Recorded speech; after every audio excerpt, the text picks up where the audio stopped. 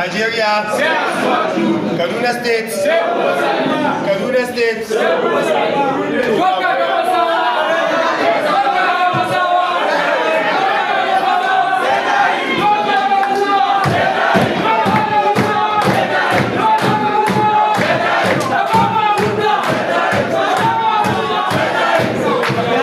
Jama'a assalamu alaikum. Muna godiya kwarai da gaske.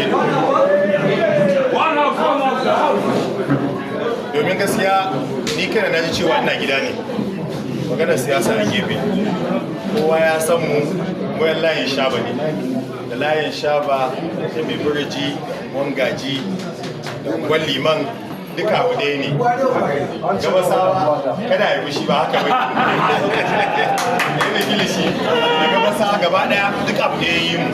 Amma abin da nake nufi a nan shine mafi yawancin mu gaba ɗaya tare muka yi islamiyya. Tare muka kuma yi wasan kwallo tun muna ƙananan yara. Da muke yara kuma tare muka yi wasan kwallo na kafa da zuwa buga game. Da dai duk wacce dai halaka na rayuwar duniya.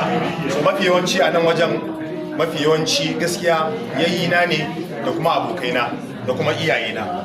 Sunana Tahir Gambo Abubakar wanda aka haifa a layin Shaba kuma ni ne nake takarar doka gabasawa dan majalisar jiha insha Allah.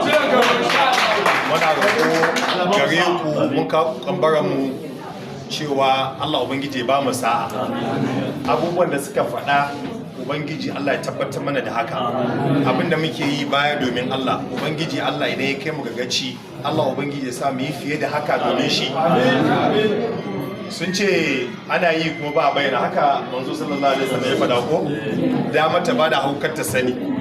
To ita aiki siyasa tunda an shigo fagenta yanzu sosai gaba idan za a yi na siyasa za a bayyana kuma kowa zai gani. Amma wanda za a kyautata wa juna ko yana tsakanin juna duniya ba ta gani ba har gobe. Amma sanda za mu zo Allah ya taimaka a yi ayyukan makaranta a taimaka an kai kuduri wani titi wani waye da sauransu empowerment aiki da sauransu wannan ba damuwa bane idan an tallata ba.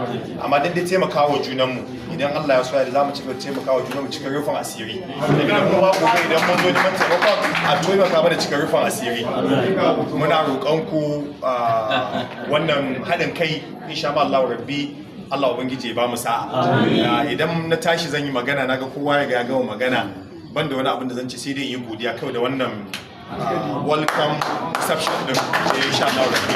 Don Allah so ya yarda za mu rike wannan amana in Allah so ya yarda. Kuma muna miƙa kokan godiyanmu